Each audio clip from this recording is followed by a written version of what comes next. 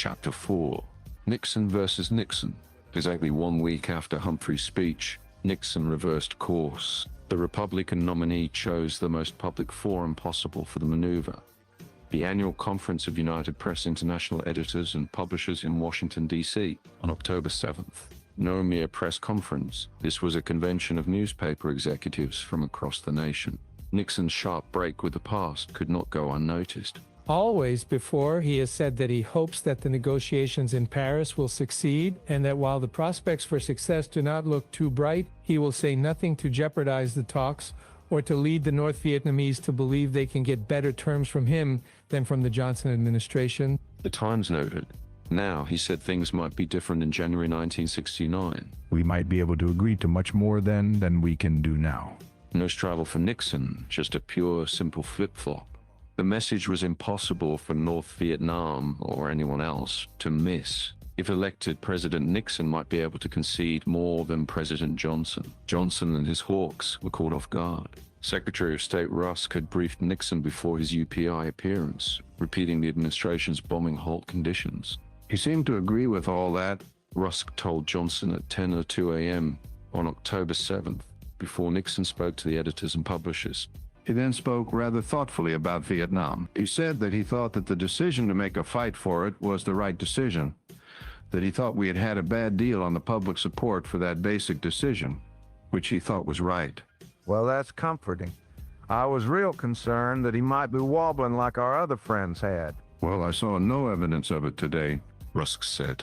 Now, I don't know what he's going to say in a speech in the next 2 weeks, but today he couldn't have been more solid and wanted to be helpful on Vietnam. The day, of course, wasn't over.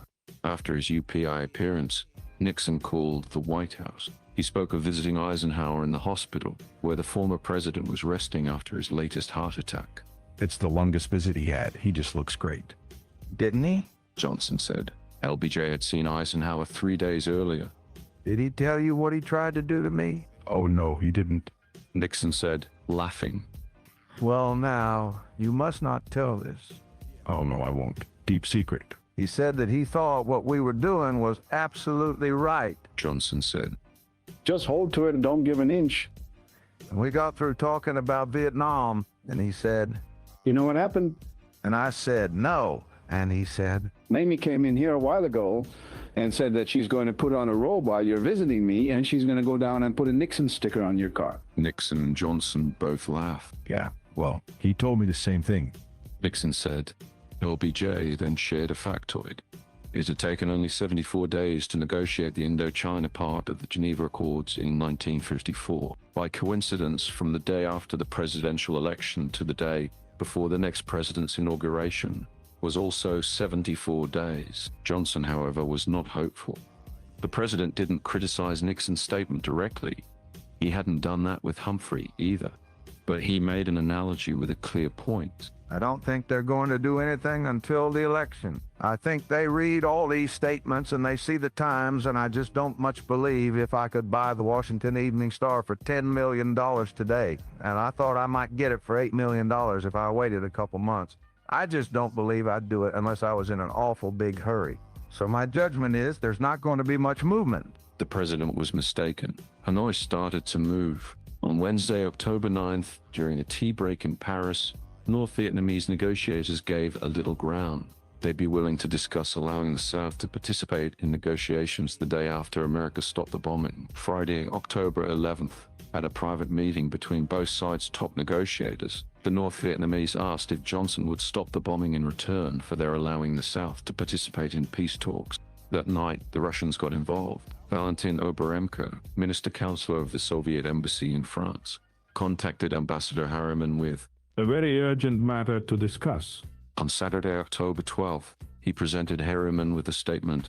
I have good reason to believe that if the U.S. stops unconditionally and completely the bombardments and other acts of war against North Vietnam, the delegation of North Vietnam will agree to the participation of the representative of the Saigon government in the talks on the problem of political settlement in Vietnam. Thus, these talks would be held by the representatives of the DRV, of the United States of America, of the NLF, and the Saigon government. Oberemko invited Harriman to take the statement down verbatim. It clearly came from the Soviet government. Hanoi's top supplier of military aid was vouching for the offer. This was a breakthrough. Hanoi had backed away from its demand that the bombing halt be unconditional. Why? The short answer is that we don't know.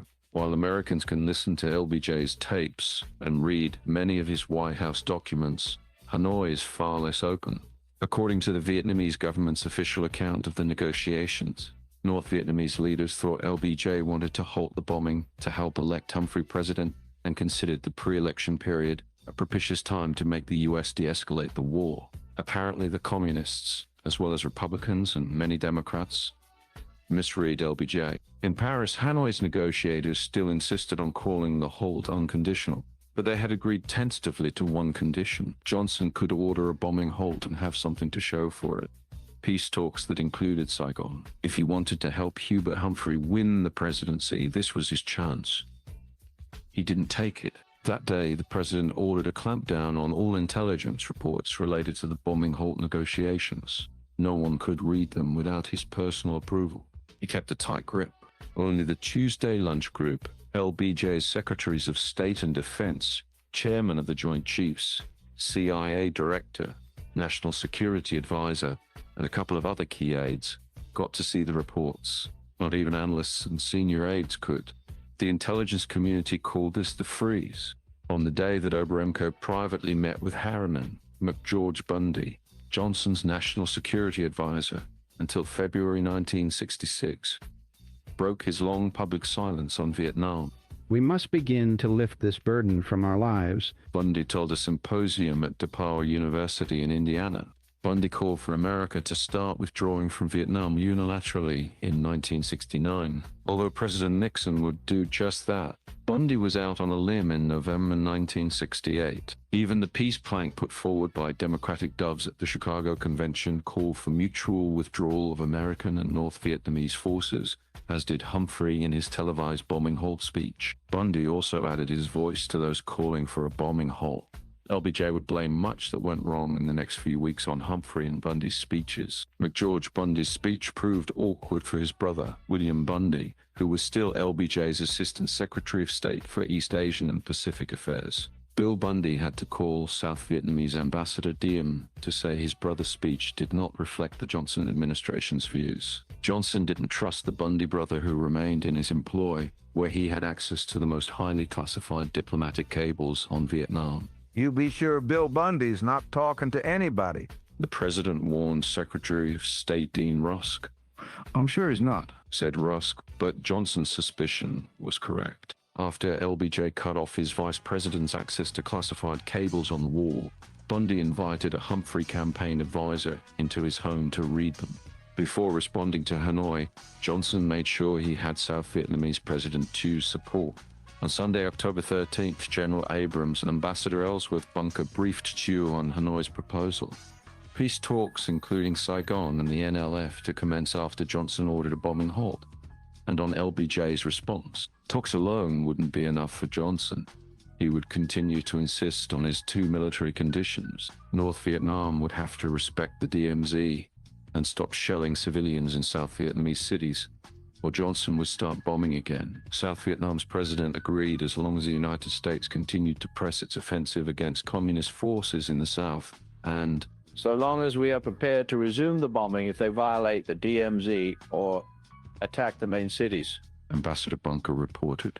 He quoted President Thieu, who said, "We must try this path to see if they are serious." Johnson had many reservations.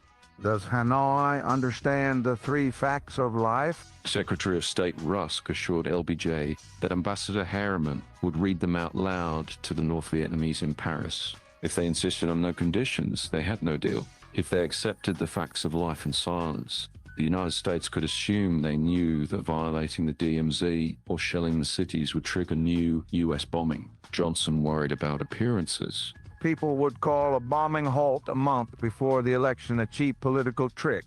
But if he didn't stop the bombing, Rusk said, he'd be destroyed by his own record.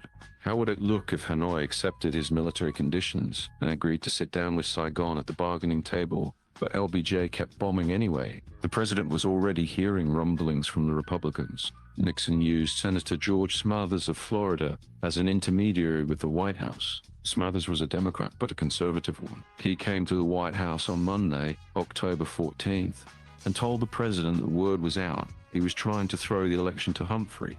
The Nixon campaign considered it a political trick. Nixon himself feared the administration was being misled, Smathers said. LBJ gathered his national security team in the cabinet room that night. I can understand how Mr. Nixon feels. He doesn't want anything that could possibly rock the boat. Defense Secretary Clark Clifford said. The Republican was still ahead in the polls. Clifford said he doubted the bombing halt would affect the election. He quoted Mark Twain's sly proverb, "When in doubt, do right." The president put the question to them all. General Earl Bus Wheeler said all the Joint Chiefs were in favor of a bombing halt under his conditions. So was General Abrams. Secretary Clifford said he had no doubt it was the right thing to do. Johnson asked Secretary Rusk, one of his two staunchest hawks, You know this is what we ought to do? Yes, sir. I do not want to be the one to have it said about me that one man died tomorrow who could have been saved because of this plan. The president gave the execute order. That day in Paris, Ambassadors Harriman and Vance put LBJ's 3 facts of life to the North Vietnamese. Johnson could not stop the bombing unless they entered peace talks with Saigon, respected the DMZ, and stopped shelling South Vietnamese cities. The North Vietnamese negotiators did not object to that. They did, however, raise an unexpected objection related to a minor logistical matter. At Johnson's instructions, the U.S. ambassadors insisted that the peace talks with Saigon and the NLF start the day after the bombing stopped. The North Vietnamese said they couldn't get the NLF to France in just one day. Although they had accepted the 3 points Johnson had pursued for months, they called the demand for next-day peace talks a new condition. In that case, tell Hanoi that if they can give me a date when the NLF will be ready to talk in Paris, I'll stop the bombing 24 hours earlier. For the time being, however, there was no deal. They welched on it. Johnson told Senate Majority Leader Mike Mansfield the next day, October 16th. In Johnson's telling, Hanoi had agreed to start peace talks with the NLF and Saigon the day after he halted the bombing, then turned around and accused the United States of imposing a new condition. The president also blamed McGeorge Bundy's troop withdrawal speech and an offhand comment that Humphrey made on the campaign trail that, "I am for a bombing halt, period, not comma or semicolon." He did not, however, fault Nixon's flip-flop. In a conference call with all 3 presidential candidates, supposedly to brief them on the negotiations, Johnson didn't mention the one-day dispute at all. McGeorge Bundy's speech didn't do us any good. LBJ said, but he didn't criticize Humphrey by name while the vice president was on the line. Johnson told the 3 men vying to succeed him that the U.S. government's position remained unchanged. He repeated his 3 conditions and said Hanoi hadn't signed on to them. This was technically true, there being no written agreement for Hanoi to sign. He asked the candidates to keep this call in absolute confidence, because any statement or any speeches or any comments at this time referring to the substance of these matters will be injurious to your country. When Humphrey asked if they could tell reporters the president had given them our regular report, Johnson provided a cover story instead. They could say the president read them the statement his press secretary had issued that day, which he then did. There has been no basic change in the situation. No breakthrough. This wasn't true. Hanoi's acceptance of LBJ's 3 conditions was a major breakthrough, followed by a setback in the haggle over how soon the peace talks had to start. The president told the candidates none of this. He signed off without providing a clue as to why he'd called them in the first place. Rumors of a bombing halt led all 3 network newscasts that night. CBS, NBC, and ABC mentioned the candidate conference call, and all 3 repeated the false no breakthrough line. New minor issues delayed a bombing halt. The North wanted a joint communique announcing that the United States was stopping the bombing without any conditions. Johnson refused. On the question of how soon peace talks had to start after the bombing stopped, LBJ showed some flexibility. If Hanoi gave him a date when the NLF would be in Paris, he could stop the bombing 2 or 3 days in advance, instead of just 1. The North wanted at least a week. Meanwhile, South Vietnam started to wobble. While Hanoi was finally willing to accept Saigon at the negotiating table, South Vietnamese President Thieu started to say that permitting the NLF to take part in peace talks would produce disastrous consequences. Saigon threatened not to take part in the peace talks if the NLF participated as a separate entity. Thieu had already solved this problem with his "our side, your side" formula. But now he balked. Aggravating things, Hanoi proposed to call the peace talks a four-power conference in the proposed joint communique. That would make the NLF sound like a separate entity indeed. The United States refused. If Hanoi couldn't get a joint communique, it wanted a secret minute. It too would say that Johnson was stopping the bombing without conditions. It didn't use the phrase four-power conference, but it listed all four separately, including the NLF. Johnson feared that if he agreed to the minute, it wouldn't stay secret. The negotiations remained prominent on the front pages of the evening news. Publicly, the Republican nominee gave LBJ his full support. If a bombing pause can be agreed to in Vietnam, one which will not endanger American lives, and one which will increase the chances for bringing a peaceful and honorable solution to the war, then we are for it. And the one man who can make that determination is the President of the United States. Nixon told a campaign rally in Johnstown, Pennsylvania. Let's let him make that determination. And if he makes it, we will support him because he wants peace, and we do not want to play politics with peace. This was exactly what LBJ wanted to hear. The president was much less happy when Humphrey went on CBS's Face the Nation and said the bombing halt was for President Johnson to decide, not President Thieu. Obviously, we'll take into consideration many things. But this is an American mission. I believe there is very little bombing, if any, done by the South Vietnamese, and this matter must be something over which the government of Vietnam, South Vietnam, cannot exercise a veto. The vice president said, Humphrey bars to veto on bombs. The headlines read, this did not help Johnson with his unhappy ally in Saigon. The North Vietnamese was still insisting on a week to get the NLF to Paris. Johnson turned once more to his mentor. I don't want to look bad in history and say I was offered something and I just was hard-headed and obstinate.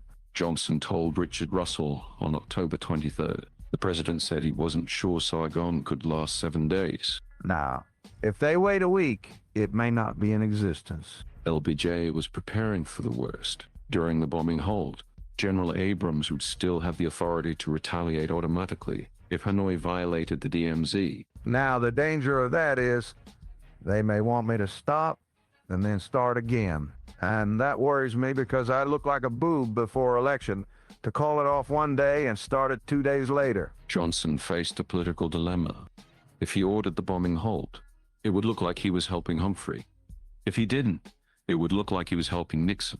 I know that a lot of folks say, you had 5 years. Why'd you do it in 5 days beforehand? On the other hand, if I put it off, they'd say, well, I could have done it, and I wouldn't do it because I didn't want Humphrey. Johnson said.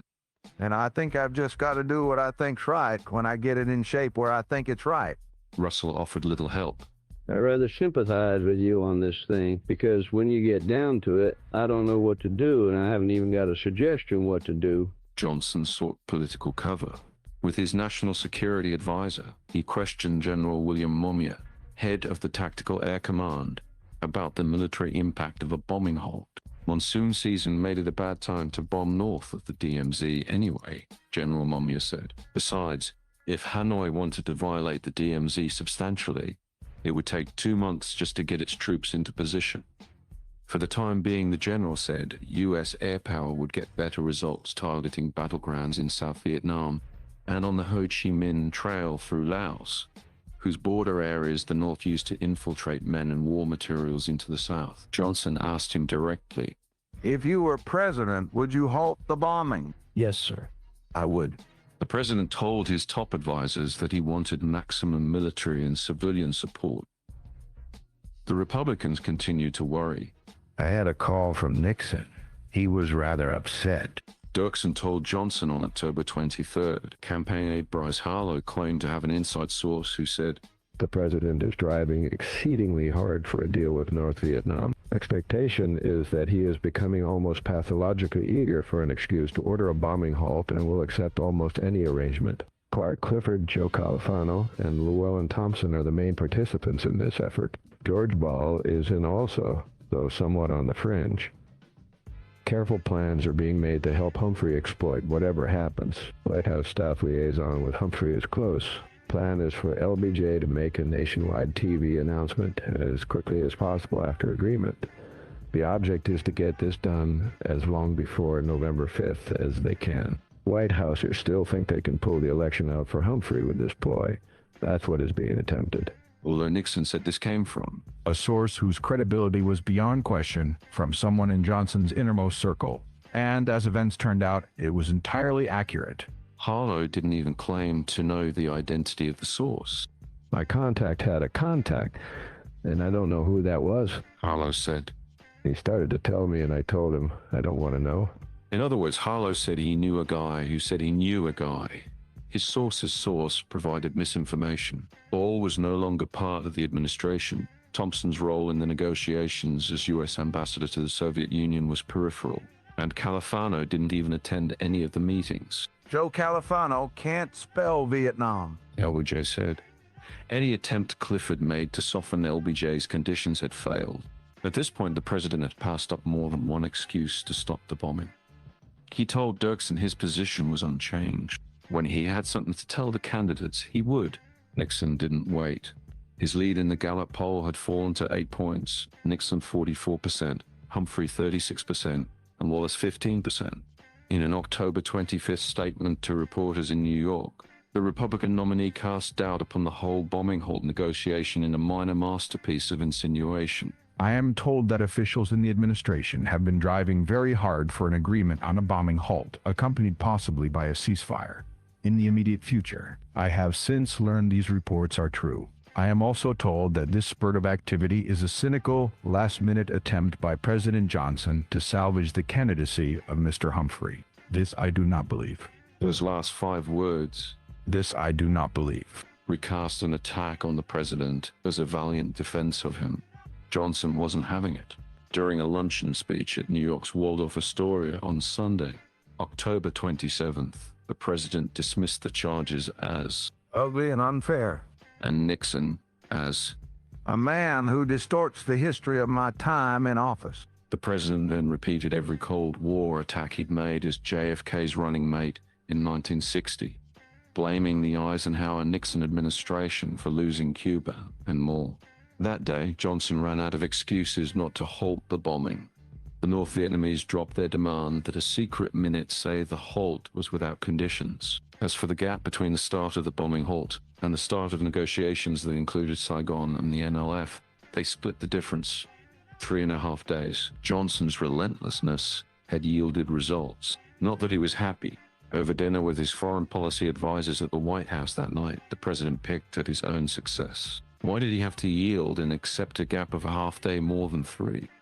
Every minute of delay endangered the United States and South Vietnam, he said. LBJ suspected the Soviets of trying to influence the presidential election. Was there time to talk to them? He wanted Moscow's assurances on the DMZ and the cities. He'd rather be seen as stubborn and adamant than as a tricky, slick politician. And before he ordered a bombing halt, he was going to call General Abrams in from Vietnam and make damn sure he was ready for it. The hawks around the table disagreed. General Maxwell Taylor, JFK's chairman of the Joint Chiefs and LBJ's former ambassador to Vietnam, said he was for the bombing halt, and General Abrams would be too. Secretary Rusk said the Soviets understood LBJ's 3 conditions. I smell vodka and caviar in it, the president said. They sound like they've been living in another world with a bunch of doves. The dinner meeting didn't end until 10 p.m., but National Security Advisor Walt Rostow went to see Dobrynin that night. He handed the Soviet ambassador a letter from LBJ to Chairman Alexei Kosygin. The letter spelled out LBJ's 3 conditions in writing. It stated plainly that any failure by Hanoi to respect the DMZ or South Vietnamese cities would trigger retaliation by General Abrams. The president wrote that he was very anxious to hear any comments or reaction Mr. Kosygin may have to these 3 points, and concluded by saying he would weigh Kosygin's response before deciding whether to stop the bombing. It was midnight when Rostow finished writing up his meeting with the Soviet ambassador for LBJ. The National Security Advisor added a personal note. I understand well your reaction to the likelihood that Moscow and Hanoi are playing politics. I understand well the certainty that some will accuse the president of playing politics. But the tragic dilemma is that you will also be accused of playing politics if you let this slide, and politics against the party you lead. Ambassador Harriman and the Russians will see to that. I am not even sure the deal will be there to pick up after the election. Rostow subtly reminded LBJ that the men around the dining room table urging him to stop the bombing were Vietnam hardliners, the strongest supporters of the war. All of us know that with all its uncertainties, we have the best deal we now can get, vastly better than any we thought we could get since 1961, and none of us would know how to justify delay. He wrote, if Johnson didn't stop the bombing now, after Hanoi accepted his 3 substantive demands, dropped its procedural objections, and met him halfway on a date to start peace talks, not even his hawks could defend him. As long as the weather made hitting the North impractical and Hanoi respected the DMZ and the cities, it made more military sense to stop the bombing than to continue it. On Monday, October 28th, everything appeared to be falling into place. Ambassador Bunker cabled that President Thieu had agreed on a joint American-South Vietnamese announcement. The key line. The two presidents wish to make it clear that neither the government of the Republic of South Vietnam nor the United States government recognizes the so-called National Liberation Front as an entity independent of North Vietnam. Vice President Win Sa Kee had told Bunker. I think it is better that we openly recognize that the NLF will be there. The South seemed to be on board, ready to sit across the negotiating table from the NLF, as well as Hanoi. The Soviet Union responded to LBJ's letter in under 24 hours. The North Vietnamese had assured his government of the seriousness of their intentions. Chairman Kosygin wrote, their recent actions in Paris showed they were doing everything possible. In this connection, it seems to us that doubts with regard to the position of the Vietnamese side are without foundation, groundless. Taken altogether, Kosygin's statements didn't amount to a great deal. Rostow wrote LBJ, but for the first time, Moscow is responsive to our request that they commit themselves about the intent and integrity of Hanoi. Johnson, however, would not make a decision until the next morning. That night before bed, he left at 2 a.m. Wake-up call. Even for him, that is bizarre behavior. Lady Bird Johnson wrote in her diary, a C-141 cargo jet was secretly flying General Abrams from Vietnam. He would arrive at the White House in the middle of the night. At 2 o'clock, the phone shrilled and Lyndon jumped up, quick as a fireman, and was in his clothes and downstairs. The First Lady wrote. Over the next half hour, Johnson's advisors assembled in the cabinet room for the decisive meeting. The president noted that every single military and civilian advisor he had advised him to stop the bombing. Then he began to question General Abrams. Do you think they will violate the DMZ in the cities? I think they will abide by it on DMZ. On cities, I am not sure. I am concerned about Saigon. The advisors questioned him about the threat to the South's capital. It was a half-dozen rockets or 25 to 50 sappers, the general said. If the enemy honors our agreement, will this be an advantage militarily? Yes. Would it compensate for the lack of bombing? Yes, sir, it will. Can we return to full-scale bombing easily if they attack? Yes, very easily. In August, General Abrams had said that stopping the bombing would increase enemy strength several-fold. What changed? The enemy has moved out of I Corps, the part of South Vietnam closest to the DMZ. He cannot cause the mischief he could have caused in August. Abrams said. I am going to put more weight on your judgment than anybody else. Can we do this without additional casualties? Yes, we can. What would you do with American air power? Hit the Ho Chi Minh Trail in Laos. The weather is changing there and in North Vietnam. Even without a bombing halt, I can only bomb the North 1 day or 2 per month until next spring. The weather will all but stop the bombing of North Vietnam, even if you don't. Do you have any reluctance to stop the bombing? No, sir. If you were president, would you do it? I have no reservations about doing it. I know it is stepping into a cesspool of comment, but I do think it is the right thing to do. Abrams said. It was unanimous. At 5 a.m., the president and the general and a couple of aides went to the White House mansion and waited in the sitting room to hear from Ambassador Bunker, who in turn was waiting to see South Vietnamese President Thieu. They waited another hour. At 6:04 a.m., Secretary of State Ross called. Thieu said 3 days was not enough time to get a delegation to Paris. Now, South Vietnam is saying the gap between the start of the bombing halt and the start of the peace talks should be longer. Saigon's balk came mere hours after President Johnson received warning from Alexander Sachs that Republicans were trying to sabotage the peace talks. At this point, LBJ said there might be something to what Sachs said. At 6:15 a.m., the president returned to the cabinet room for another meeting with the same group of advisors. Can you imagine what people would say if they found out Hanoi had met all our conditions for a bombing halt, but Nixon's conniving with Saigon kept the peace talks from happening? It would rock the world. He read the group the warning from Sachs and said, "It all adds up." Around 8 a.m., the First Lady watched her husband return to our bedroom, put on his pajamas, and crawl back into bed. I asked few questions.